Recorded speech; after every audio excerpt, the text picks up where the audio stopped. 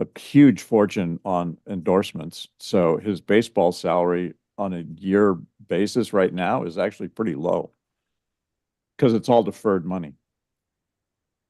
Are they getting ready now to go into? Are they getting ready now to go into the playoffs? Is that what I understand? Yeah, I think we're getting close to the end of the baseball season. The season ends on Sunday. Playoffs start on Tuesday. Well, amazing. Anyway, welcome to Thinking Out Loud with Friends. This is our 278th consecutive get together. Congratulations, guys. You know, you've stuck with it all this time. I've stuck with it. It's a miracle if you ask me. And we are one of like 20 billion different podcasters out there. But our show is starting to get some waves, not only the microphone, but we are getting, I mean, hey, we had like 275 incidents on LinkedIn. Okay. You know, amazing, hey? So we're all doing well. Anyway, welcome. Just remember, you make it happen. Make it happen by non-political chit-chat. And what else could I say about that? Hey, everything you hear today is an opinion, so do your own research.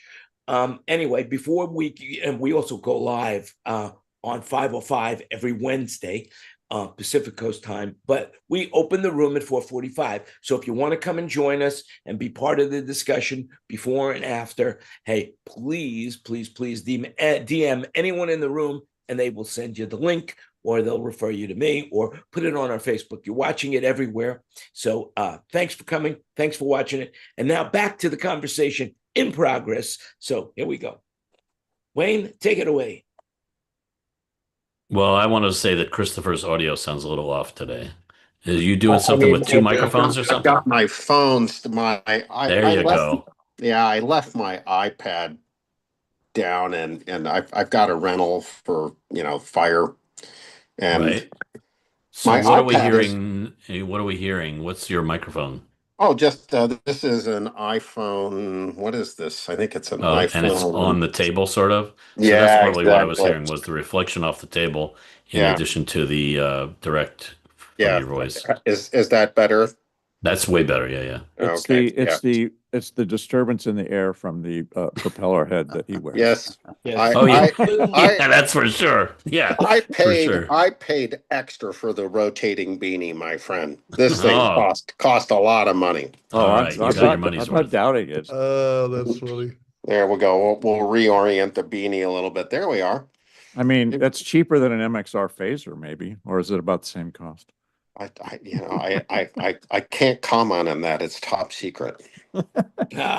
And we'd hate this. We'd hate to see you have to kill us all for that. Exactly. Did you guys see what Gregory put in the chat? Gregory said, "Hi, you all. I can't hear you guys, but yes, after a turbulent prep time and many challenges with rental gear, we are awaiting the show in some 45 minutes." So he's about to do a show in a few minutes. And Does anybody? I'm going to pin him for a second so we can look at what he's doing. Yeah. Oh wow! It looks like there's a band on stage. It looks like a ballroom, I guess. What do you guys think? What's the name of the band he works for again? It's 100 something. Haircut 100. Haircut 100, and he said it's a band of guys from the 80s, basically. Yeah, they had a couple of hot tracks back in the day. We were listening to it. It was on the K-Rock rotation. It got a lot of airplay. Speaking of popular, we have two very popular people in this room, both of them up for Pernelli Awards. Mr. Ken Newman for the Barry Manilow No? When you say up for Pernelli Awards,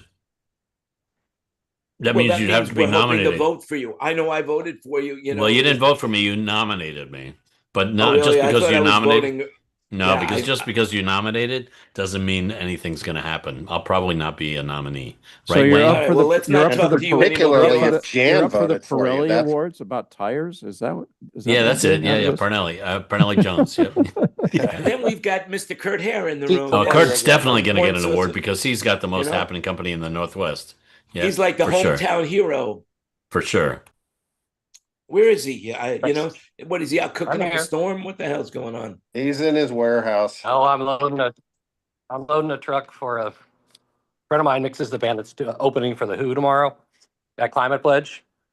And so I've got to bring all the stage gear, all the wedges and stands and all Well, that so crap. they have a different band opening at each venue, I guess, or in each part of the country or something. They're breaking it up. They did this band is from Seattle. They did Vancouver, and they're doing Seattle, and then they're doing San Francisco. But the Who won't give them anything. They won't transport anything. So I had to arrange for Cayenne to do it up in Vancouver. I'm doing it here, and I called George at Sound Image, and they're doing it there. And we're trying to match the gear as much as possible. Same kind of wedges, same console, all that stuff. Well, that's And very this will cool. make you feel old. This will make you feel old. So I go to pick up the Enterprise truck because I just needed a 16, and the other trucks are out doing other shows. And the rental lady asked me, just making conversation, what are you doing? I said, she knows we're a sound company. I said, I got to do support for the band that's opening for the Who. And she's like, who? And I'm like, the Who. And she's like, oh, what's that? And I'm like, she's like 35 years old. I'm like, how are you like 35 years old and have never even heard of the Who? The interesting thing about that, what really makes you feel old, what really, really, really makes you feel old is when I was dating and I would play something like the Who or the Beatles, and she'd say, oh, I love that music. My mom and dad used to listen to it all the time. Yeah. My parents used to live in. At least I never went out with someone to say, hey, my grandparents used to listen to that stuff. So At least they knew. I thought you were going to tell us that you were too old to rent the truck. No, I'm not too old to rent the truck. I'm too tired and too shot to rent the truck. Yeah. So what kind of console are they using for the opening act for the Who? He wanted D Live, so I sent him a C3500. It's my C3000 or S3000.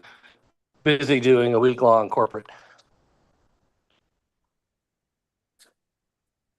We've been, all the concerts have ended, but now we've slammed right into corporate and the monster trucks and all that crap. So nobody's had a day off in like 3.5 weeks. well, that's going to change. Well, I soon bet in your bank. I bet your marketplace. bank account likes that, as long as your clients are paying. It likes it, but yeah, they pay. These are all good clients. Cool. Oh, very good. Well, anyway, so we're talking about that. It's not the fall Now, that kills Ken. you; it's the sudden stop. That's right. It sure does. And Kenny, so I just read it in the paper. I don't remember what paper it was. It might have been Variety. That Manilow is doing his last tour to Europe in January. June. Yeah, Right, well, well, he's doing some tour in we did our last UK shows in June of 2023. Bye-bye, UK. Never going to see you again. Barry, anyway, said that. I'm never going to see you again, UK. I love you very much, but I'll never see you again. And what's he do? He says, I really want to go back to the UK. They love me He there really so misses much. those people. Yeah, exactly. So Yeah. he's like, okay, so we're going back. So this time, so when he did the UK last time in 2023, I guess it was, or was it 2024? I don't know. Maybe it was 2024. Anyway, it was like 3 weeks straight at the Palladium, beautiful theater in London, This time it's going to be arenas throughout the country. So it should be interesting. I feel bad for the Well, people that spent their life savings to see his last show, and now they're going to go have to spend their life savings again to see his really last show, Is well, there a you don't have difference? to worry about that. Don't worry about it too much. I just saw on TikTok they're projecting the end of the world by the end of September. So don't worry about it. It's been Oh, okay. I'm curious, rapture Ken, talk. Rapture are- talk. are concert tickets priced similarly in the UK as to the US, or is there a big difference? I don't know. Anybody? I'm gonna guess that promoters are gonna get the most amount of money they possibly can. So I have a did you question. read this article? What's happening with Live Nation? How they're being sued right now? because of I the way heard they're about it. opening their tickets to ticket brokers, and then the ticket brokers are selling it for extra money. I didn't see that, but did you see the quote of that guy, the CEO, I think it was Live Nation, said that concert prices are in fact underpriced, not overpriced? Yeah, what do you expect him to say?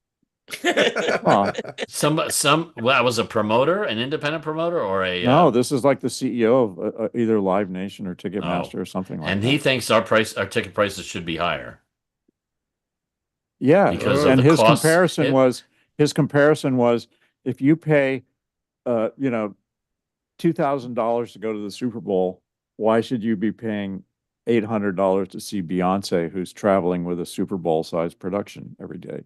That's the gist of his reasoning. I'm not accurately quoting. Was he comparing to sporting events particularly, or? Well, or I'm just that was just part of it. using- I didn't read yeah. the whole article or see the interview. That's but- crazy. Well, I guess what they're basing that on is the cost of doing a show. I mean, the costs of doing a show have got to skyrocketed compared to, say, 10 years ago, right? So, Well, I mean, plus the bands don't make any money from albums anymore, so they got to make it up in merch and concert tours. That's it. Exactly, exactly. There's You no know what? revenue in recording anymore. Yeah, the concert used to support the album, and now the album supports the concert. That's exactly right. That's Yeah. it. Yeah. Yeah. Yep. Too And much even, for me. you know, Nobody's worth that much. As far as Well, I'm concerned. I paid big bucks for my Paul McCartney tickets, and I'm going to go next weekend to Vegas. I'm going to go all the way to Vegas, all the way to a stupid, stadium, which I'm not a fan of seeing a show in a stadium. But I wanted to see Paul McCartney before he's not doing any shows anymore. Yeah. So, What's that? There was a guy that I forgot his name. He's in the back lounge as well, and he also has tickets. And oh yeah, that's Mike you're Frost. getting together Yeah, with him. Mike Frost. And he yeah. got 2 extra tickets. So if anybody wants that, I don't know if he Yeah. got rid of them yet, but Yeah, he mentioned it to me. Did I tell you about the fact that I saw his post about the Paul McCartney and the Wizard of Oz? We're doing the exact same thing, going to the Wizard of Oz at 1, Paul McCartney at 8, and we're also in the exact same seating section at the stadium. We picked the section right next to the mix position. He's like in row 10, and I'm in row 11 or something. You know. Fred, are you Crazy. leaving? Are you leaving, Fred? Are you going to the? Are you on the way to the Sphere too? No, I'm going out with the neighbor. All right. But I dropped Good to have you. dropped a link in there for everybody to listen to. See you in a couple weeks. Your dinner with the neighbor? No. It's for my game last weekend at Rutgers. All right, very, very good. What There you position did you play? See what's Played behind A1, me? probably. Hopefully See what's behind A1. me? Hopefully A1, right? Listen to it. You'll have some fun. See you guys. Cool. Have a good one. Thanks, Fred. Hey, before I forget here, David Dansky. There's a band called Hotel California playing in a casino in Pickering, Ontario on November 8th. Is that your Hotel California? I don't believe so, because the other one is Canadian. So the odds are it's the Canadian band. October 8th? No, not us. November 8th. November 8th. Still not us. Well, I'll check and make sure, but I'm pretty sure it's not. It says the original Hotel California on the Yeah. promotion. David, do you ever go into Canada or Mexico? No. Not Haven't with- done that. So George only has the contract for the United States to use the name? No, I think he's been to the Canada once, but not, I've been with him 2.5 years, and I've never been to Canada with him. So it must have been a one-time thing. But no, it's not us. Okay. Yeah. Now the Eagles are pretty litigious in regards to that, about using their. If you might be able to see behind me, I've got some miniature guitars right by my ear behind me on the other side, and they're called plug beats. And I don't have the ability right now to go over there and turn them on, but each one has 4 songs, and they move their feet and they tap and they rock. And one of the songs on them that was Hotel California. that they play. And of course, the Eagles put them out of business, this company. Yeah, the only way they could, they wouldn't let them use their song in the United States. They could only use it in Japan. And that's where these things were made, in Japan. And although the company was based out of California, that designed them. They're very cool. Plug beat. You won't see them. They're very rare, very hard to, I love them. They're actually. But you're saying I'll the play my Eagles band basically sued this little company and won, huh? Oh yeah, couldn't use their Wow. music, Wow. and they end up, because they couldn't get the rights to the U.S., they disappeared. Well, that's probably true with a lot of performers of music who they would want to put music on those little things, right? So Yeah. what to perform? What artist is going to let them use their music without paying for it? Probably none. They need to pay for well, it. I'm sure they would pay royalty for it, but now, yeah, I mean, Oh, but the Eagles were just, no, you can't do it at all, even if you pay a royalty. Huh? Only for Japan. They only gave them the license for Japan. Oh, how weird. Wouldn't give them a license for the U.S. Yeah, they don't like it Unbelievable. playing their music, making money on their music. It's all them. I was amazed that George got permission to do it. I don't know if any It's of you all would- one guy. It's all one guy in the band. One Yeah, guy. Don Henley. Don Henley. Yeah, Don Henley. Is he the one about which they say he's an asshole, but that's good because he's our asshole? No, that's the manager of the band or something, right? Yeah. That's Irving He is- Azoff. Irving Azoff, yeah. Yeah. If- I used to don't work know at if any of Irving you Azoff's follow house. Rick Beato, but Rick Beato had a posted a couple of videos about how Universal Music Group is just harassing him on a daily basis for fair use. So he'll discuss a song and he'll put on, or the artist, so some of the artists that played on the songs he's interviewing, he plays a snippet of the song and as part of a discussion and what equipment he was using, and he's getting something like 20 plus, takedown requests a day to YouTube for infringement. And he's got a lawyer, and the lawyer basically files all the paperwork for fair use.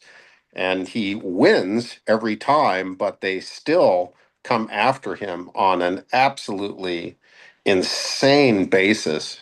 Now, what are the rules when it comes to that, Christopher? Like, what can you do? What can't you do? I believe that fair use is kind of like what it sounds like. So if you're interviewing, Simon Phillips and he plays 10 seconds of a Toto song, that's permissible because Simon played on the song and they're discussing how he did it or what drum heads he used or what mics he had and, blah, blah, blah. And they're not playing the music, for the music. They're playing the music for the purposes of a discussion.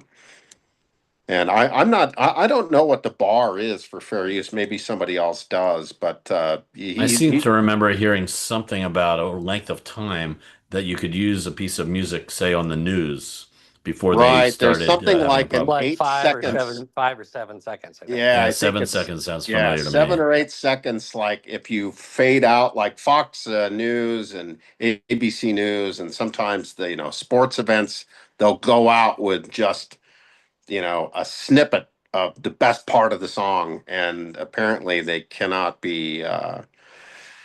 They don't have to pay rights to do that. Interesting. that Now, for, let me ask you this, Christopher, since you know probably way more than I do about that. So what if, okay, so is it the actual recording that they're, they have a problem with? Or if, let's say, for example, some talk show has a guest on and they sing, they take an acoustic guitar and they sing and play part of a song. Is that considered that song? You know what I mean? Or is it the recording that they're going to get harassed for playing? Okay, here's the definition. Fair use allows for the limited use of copyrighted music without permission for specific purposes like criticism, comment, teaching, scholarship, or research. Well, there you have it. Interesting. So then if what's his name? Jimmy Fallon often has guests on that play, that sit there and play a guitar or sing or something. They probably have to pay for that when he does that, Oh right? God, yes. Yeah. Well, they're regulated for sure. And they've got all these, different people in different functions to make sure Yeah. that they do the right thing all the time. So Mort Lindsay, who used to be the Merv musical director for Merv Griffin, after Merv Griffin went off the air, Mort's job was clearing music rights for exactly stuff like that. And they actually have somebody who's, full time on staff that does that, and their resources may be shared across different productions, but there are people that do that for a living. Oh, yeah. And Keep One of my track of that favorite stuff, yeah. Seinfelds was when Kramer got the Merv Griffith set. Did Christmas at your house, Jan? What's with the lights? What's the lights? I wanted a nice background, You see my Las Vegas thing? You see the Las Vegas sign in the background over there? It's Yeah. Jan's Thailand disco. Yeah. Kurt's it. got a lot of knowledge about how to monkey with backgrounds, so he's probably thinking, "Can I do it on a mobile phone?" Maybe. Well, Zoom just added a new feature.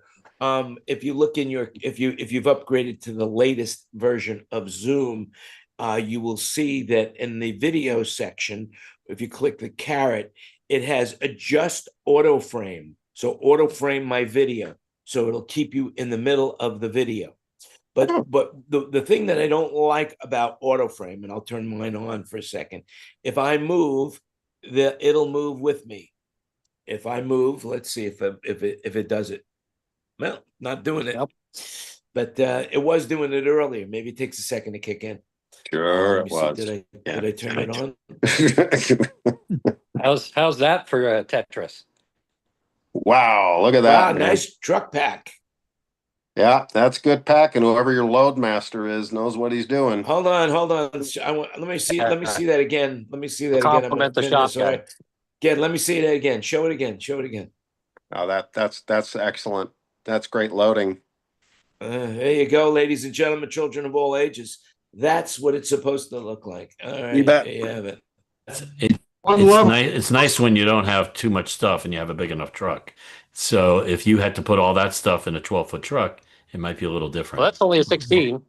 Yeah, well, And I got a console and a work box left, but they'll fit right on the tail.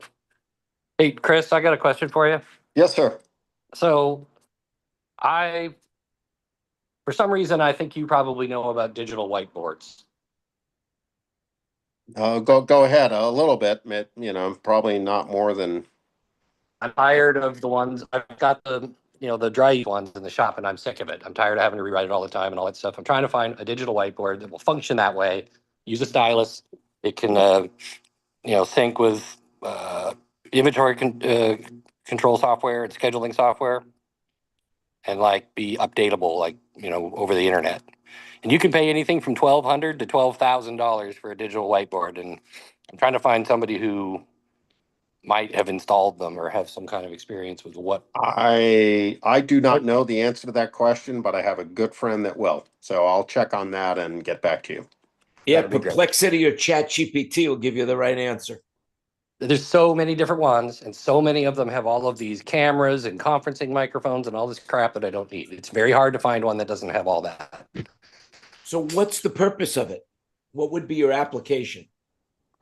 It would be on the shop wall on a big, TV size thing. And rather than having to constantly erase the dry erase stuff and redraw the calendar, or we have multiple. We use them to diagram out how we're going to get the cable infrastructure for a corporate event, something like that. We draw these diagrams and all this other stuff. I'd like to be able to just save them all as files right on the one whiteboard and have them there for anyone to access. Well, I'll tell you, I know a good source for you. I know a good source for you where you can go in, and it's called Office Hours with Alex Lindsay. And if you go on to, I believe it's Office Hours Global, and you can go to their show and submit a question, and they have a bunch of experts, I would say, that do a lot of production, and they might have an answer for you. I thought that was kind of a scary place to go. It's not so scary, Not so scary. All right. But that's But actually, just that's like that's a just clever like idea. just like my show, do your own research. That's it. Take it as an opinion. Well, the other thing with it is like, we do a lot of these repeat things. So I'd love to be able to scroll back a year and go back and look at that show and be like, who do we have on this? And Oh yeah. where's the No, diagram for that? I could totally see the use case for that. Yeah. I mean, we're going to do it. Or scroll ahead. Yeah. Oh, absolutely. Sounds like project management software, but Kind of does, but it needs to integrate with the whiteboard and the stylus. Yeah. Yeah, and that way. All right, time to go. Scroll. See you guys. Have a good one. Thanks. Bye. Have a good day, Ken. Probably a good idea. Let's see. Well, it's only 5:34. Bye, We Kenny. got plenty of time. We got plenty of time. So what So else is going just- on? Denny, you're mighty quiet today. Normally you're much more talkative. Leaving room for others. So circling back, I drug a picture off of the homepage of the Sony Hall and put it in the chat, and it is in fact where Gregory is. You can see the picture in the chat. Well, I'm glad that he's decided to share it with us. No, I put up the picture. I'm glad he has got it going there. But I Yeah, I drug like a it. picture of approved. I like the look of what's going on. It's a little bit foggy, but then he's Pretty. on a mobile phone. Right. And there are no permanent seats. It's an open area. So it's not a theater. Interesting. Well, speaking of open seats, what's going on in Los Angeles? Bruce sent me some articles or a YouTube video of what's going on, but maybe Christopher can fill us in. What's the latest in the fire scene of Pacific Palisades and Malibu? I really don't have too much to report other than what I've already said previously. A lot of folks are kind of getting out of the architect's phase into the structural engineer. So the process is, plans by an architect, send the plans to a structural engineer. And then when you get the structural engineering, you take both of those items, the plans and the engineering, and you submit it for a permit. I am hearing that the permit process is taking longer than it should, but who would be surprised to hear that? And I'm shocked. Yeah, Shocked, I tell you. Shocked, I tell you, shocked. and what's the other thing?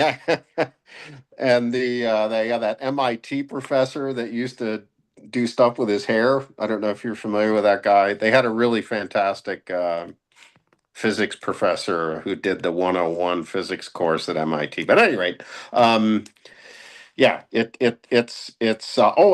prices are definitely falling on dirt lots for sale. So the inventory of lots for sale has increased, transactions have increased, and price per square foot has dropped on a general basis, right? I mean, there are certain pieces of property that have exceptional views and have gone for large sums of money. Apparently there was a dirt lot that went for 25 million. Holy crap. Yeah, no, that's ridiculous. But apparently just kind of historically looking at the land price, that's down about 25-30%. Holy shit, that's a big loss. It is. And then and I everybody's kind of saying, well, that's to be expected.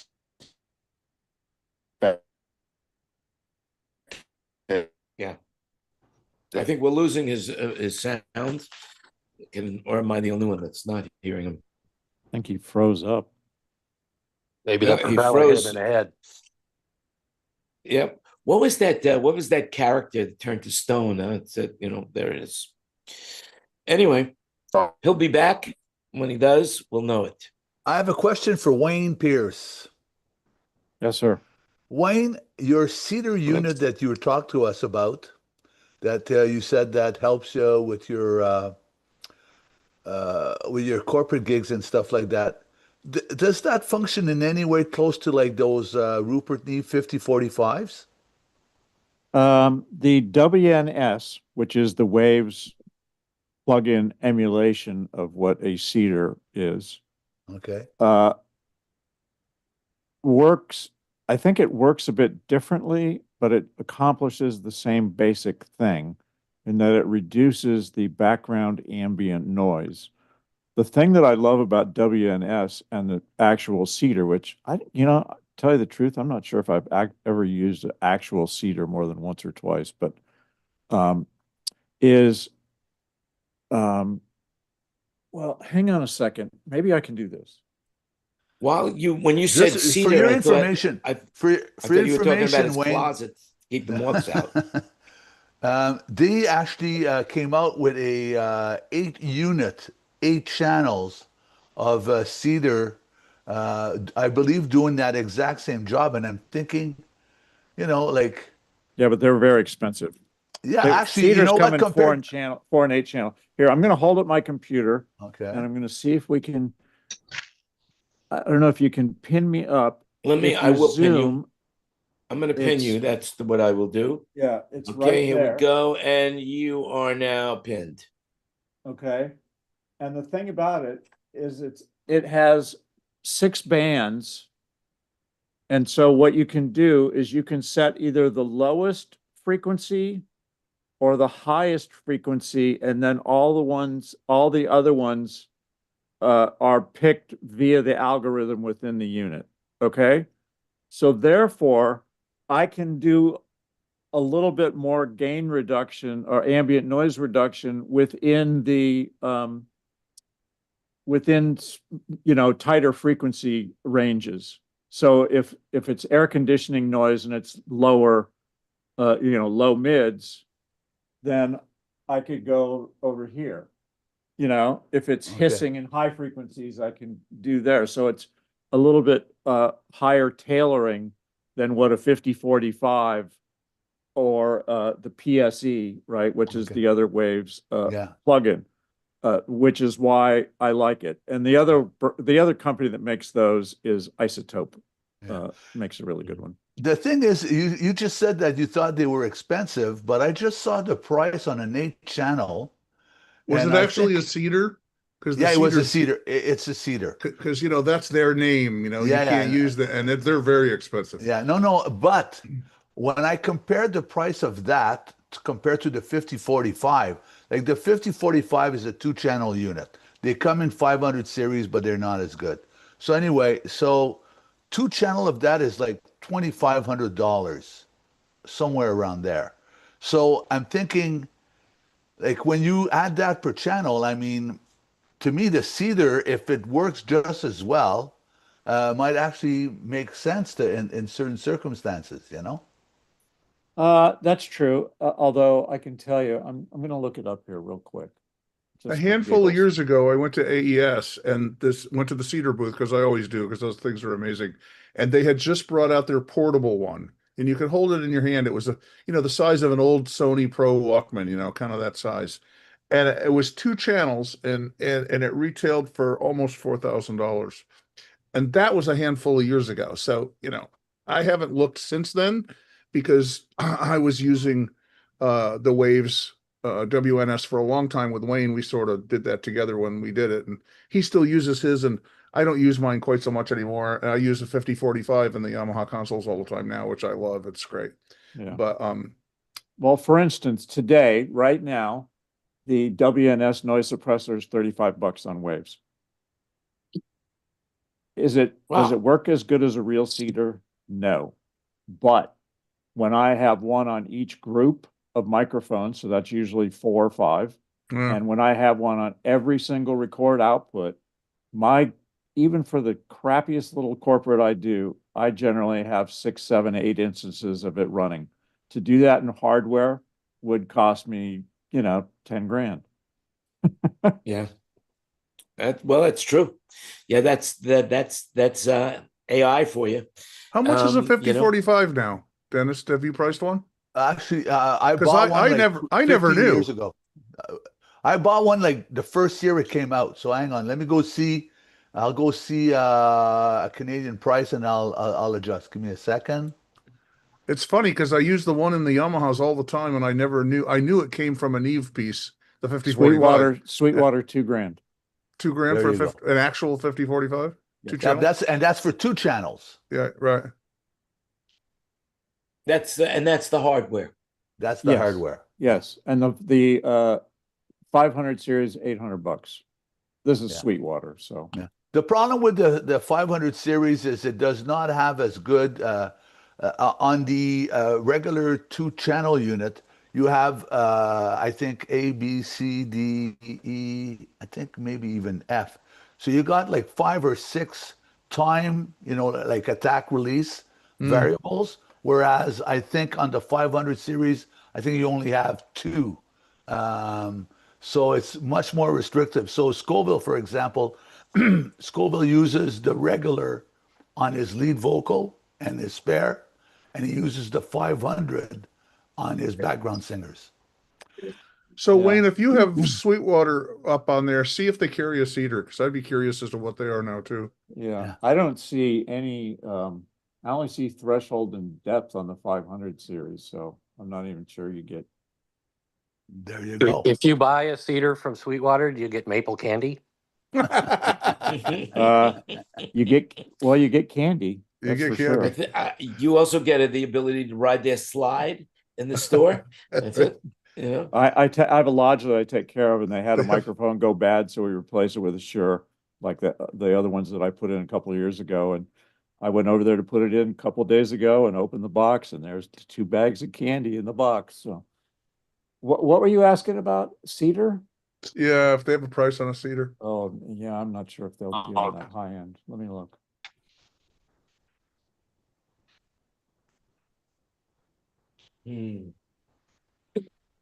Wouldn't be a bad business if it wasn't for all the goddamn wire. Yeah. Yeah, no shit. I'm just digging You know through what? It bins of used to, bins of it used to be a lot heavier. Okay, so the unit I'm looking, the DNS-AD.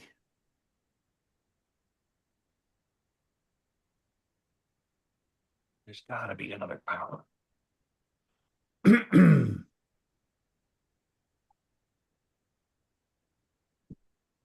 Oh, God. Well, So there you here's go. a- The here's a- silence is here's- killing me. I can't let this happen. Here's a 2-channel cedar at B&H for $4,400. Is it the portable one? It's a little square thing. Okay, just Hey, to if you make sure buy that one, ladies and gentlemen, tell them you heard about it here first, okay? Yeah. That's it. Thinking out loud with friends. Yeah, that's it. Wayne, if you could look into the chat, I posted the unit that I was talking about. They make Let's an see. analog version and then they make a Dante version. But that's the unit I was wondering if that's what you're talking about. This is the 8-channel version. Yeah. Um, See the price in Canadian? yeah, what does that translate to? So it takes minus 40%. Okay, so 7 grand. Yeah, something like that. Yeah. Let's see. I don't know if this link worked, but I threw in the little 2-channel, the DNS2. There you go. There's several anymore. So Denny, are you in the market to buy a cedar? Is that what it is? I thought you were retired.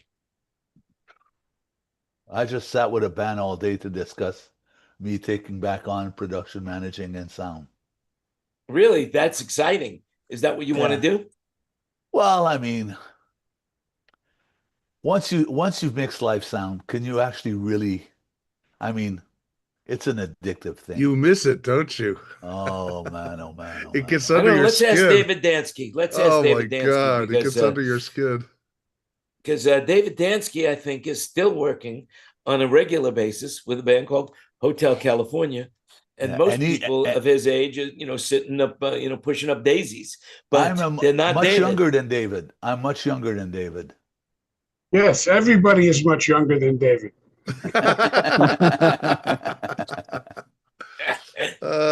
Too funny. The oldest living working sound guy. It's not the years, it's the mileage. So, Yeah, he's Well, getting plenty of in that mileage case, now. we're all way older than we're like in dog years or something. Yeah, what is that? Yeah, Road man, years? dog years, very ancient. well, that picture I took and posted was 3 guys and 150 years of audio. That's a lot.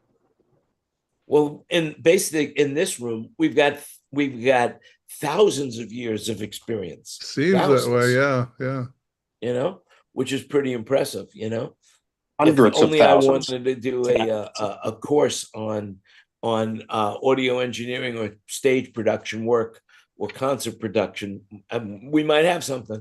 And with all that I got to experience, tell you, and I think all you guys can agree, this has been since the 70s, and it's a couple you guys might be a little older than I am, and I started in 76, So it's been a great time to be alive in this business because things has transformed so much from big, huge, heavy boxes and block and falls. The first speakers I hung were A7s that were strapped to a wood platform that we raised up with a block and fall, just above people's heads so that we could shoot, some distance. And and now we're hanging line arrays, and digital consoles and all this, crazy stuff.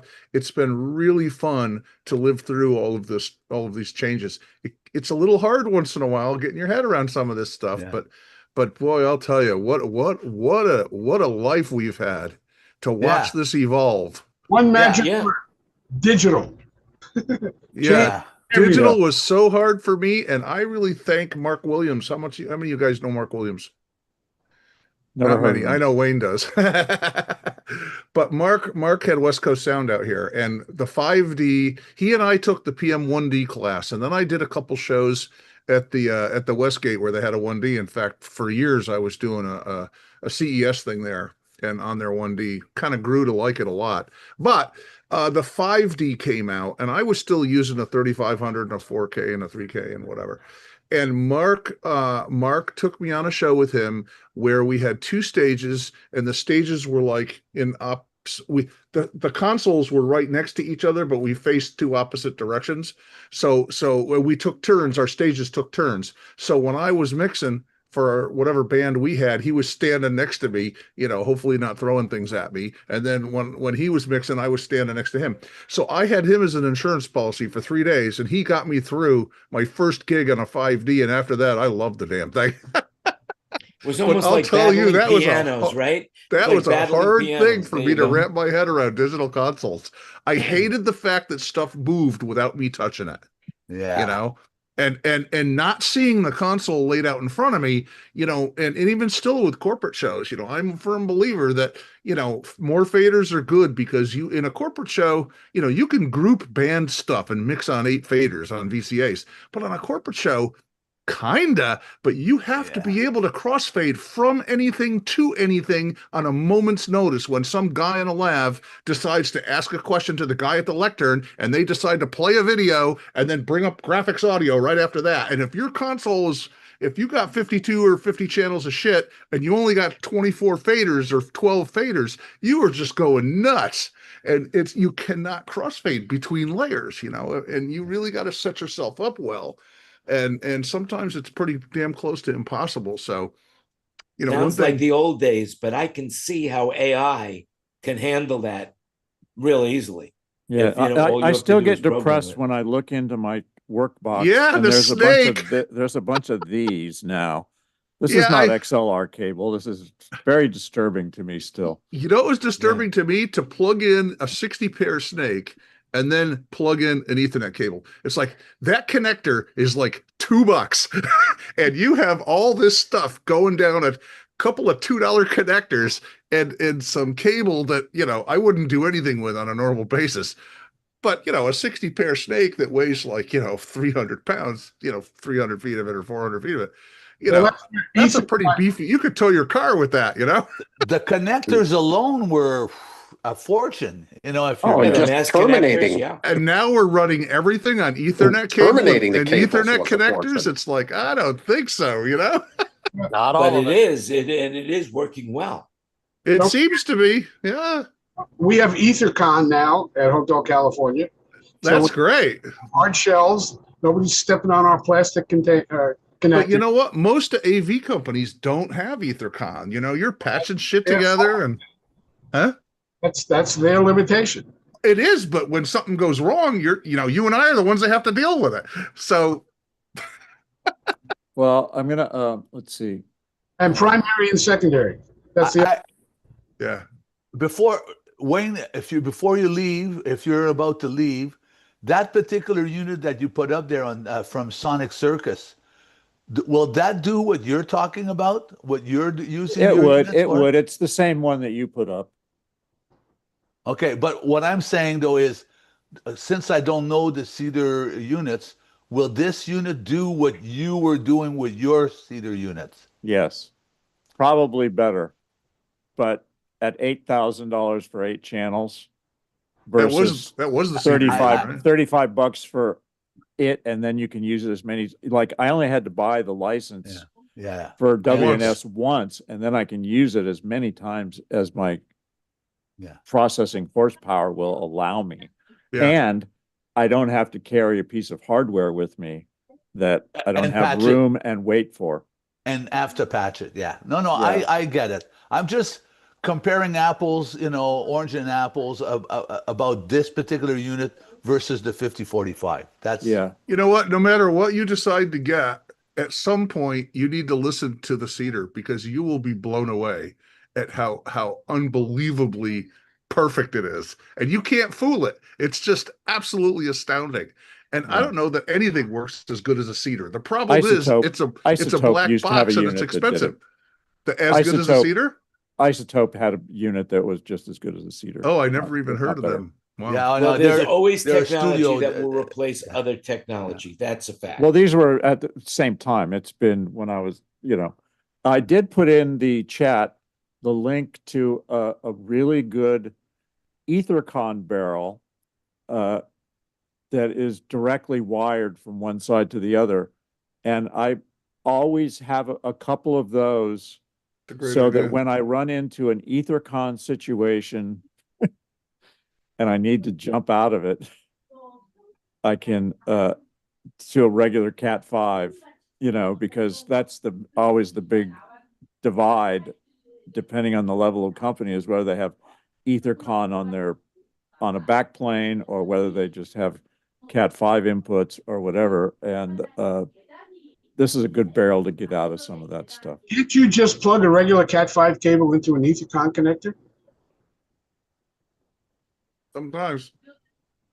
Right? It's the same connector. It just doesn't have the shell. So if you have a connector that doesn't have a shell on it, it'll slip right into the Ethercon connector. Yeah, but the issue is going from Ethercon to a non. Then you have to, usually what you have to do is either figure out a way to get a barrel on it, or you have to unscrew and take off the shell to use it, and then make sure you put it back on when you're done. Yeah, for instance, the back of the Yamaha consoles, at least the QL5 and the CL5 and all that, they did not have Ethercon ports on the back. So if they bring me if they brought me tails, Ethercon or Ethernet tails, I would have to put a barrel, Ethercon, I'd have to barrel it down to a regular cable to get it into the console. Or a lot of times I bring my Yamaha switch with me because I got stuff at front of house I can plug it in to the Dante system too. And then, you're barreling stuff because you got to get, things don't accept Ethercon, That would be a great adapter to carry. Ethercon. Yes, a couple of those, yeah. That's impressive. You've learned something new today, everybody who's been watching. And we're getting near the time where we're going to go off air and stay in the room and chat. So is there anybody that has anything that they want to say to the streaming public right now? So my wife came home with really nice flowers from her people she works with. It's her nice. It's her 60th lunar birthday today. And Koreans are into all that kind of thing. And her regular birthday was in August, but the lunar birthday. Congratulations! Wish her a happy lunar birthday. Yes, I definitely and a regular will. birthday as well from all of us to I all thought of that you. was so nice of them to do that. That was so cool, I have a final statement about digital mixers and the philosophy that I've come up with a long time ago. In mixing, on analog mixers, something can happen and you can react to it by reaching up and grabbing a knob or pushing a button or whatever. In digital mixing, you need to know what the problem is going to be and be there before it happens. Yes. So you have to think in advance of where you're going. You can't react after the fact. And that, to me, is the biggest difference between analog and digital mixing. Well, I And would like that's to why add, you get paid the big bucks. I would There you like go. to add That's why. that to me, it's simple. In analog, one issue, one knob. Yep. Yep. And you know where it is. And when you had faders go bad, I've pulled fader banks out of consoles and did Wayne, you remember when we did Food Fighters on the top of the parking garage in Atlanta, and it rained and it dumped gallons of water into the crust monitor console? We started the show with half the faders out of the console, with people from their dryers from their room drying off the fader banks, and we were sliding them back in, and monitor mixers were coming up on the stage. It was the weirdest thing. When we go that's off, funny. when we go off, I'll do something about. I'll tell a story that's almost similar to that. But the point though about can't do that with a digital console. No, you can't do that. The thing though about digital is you're always at least 2, if not 3. Like switch page 1, select 2, and then the pot 3. That's if the pot is available, and then it might be a 4th move. So. Yeah. When I hear, digital is just as fast, something does not compute in my mind. Sometimes. I have 3 home buttons on my templates for my digital consoles, and they all go to different places that I need to go to quite often, and they're my starting points to get other places. Okay, there you go. Yeah, I mean, I always set up the user-defined keys to get me to, if I got a guy at the lectern, I have a user-defined key that's going to get me to the graphic for the lectern group. And it's one push away. Right. And I know that I'm gonna, and if I know that it's gonna be, the beginning, and I know it's gonna be an issue, I'll be there before. That's what I'm saying. You gotta be there before it happens. You can't react after it happens. That's a good tip. That's a really good tip. Then you're screwed. And what I teach people, and this is for all these people that are listening too, whenever I teach people how to use their consoles or digital, your Yamahas specifically, I always tell them the first thing you do when you relate to it to analog, if you're an analog guy, is you build yourself a couple of home keys. And whenever you go somewhere and you dig in to go do something, always back yourself out to your known spot, because your known spot is where you leave from to get to the next thing. And you can very easily dig yourself in so deep that you can't get out, at least get out in the time you need to get out. So go in, make a change, hit home. Because, one of my home keys takes me to the input page for whatever I have selected. So I've always got a place to go when the shit hits the fan. And whenever I go dig in to fix something, I go back. I always go back home. So I have a starting point that I know. And that's beautiful. Wayne Sims, I hope you got that, because now you can go out and teach that course in Australia. There you have it. Home buttons. Home buttons. I always put my home button on my Yamahas. I have the overview and the home button on the bottom 2. Yep, bottom 2. That's mine are 2. And I put it on every user layer. Every user layer has the same 2 buttons. That way then. So you didn't learn anything. Damn, I thought you would learn something today. Oh, it's nice to hear. I'm always learning something. Don't worry. Your mic's off, Kurt. Kurt, your mic's off. The thing about analog is you can work on channel 3 and channel 40 at the same time. Right, you can work on channel 3 and then reach over and turn on and pot up channel 44 and then go back to what you were doing without going through pages of crap, Yes, sir. Guys, thank you so much for sharing so much knowledge and for being part of the 278th consecutive Thinking Out Loud with Friends. I hope you guys got to see the new logo. I think it's really cool. It's a beautiful color. It's funny. It's everything I've ever wanted in a logo. Remember, everything you heard today is an opinion, so do your own research. And we'll be back next week for our 270 whatever show. I can't even count that high anymore. But remember, you make it happen. Have a great week, everybody, and we'll see you next week. Thanks for watching, and remember to tell your friends and give us the thumbs up. And with that, if I can figure this out, we're off the air. So somewhere along the lines, there we are. Oh, we're getting close. I'm trying a new setup today. I didn't really like it. So next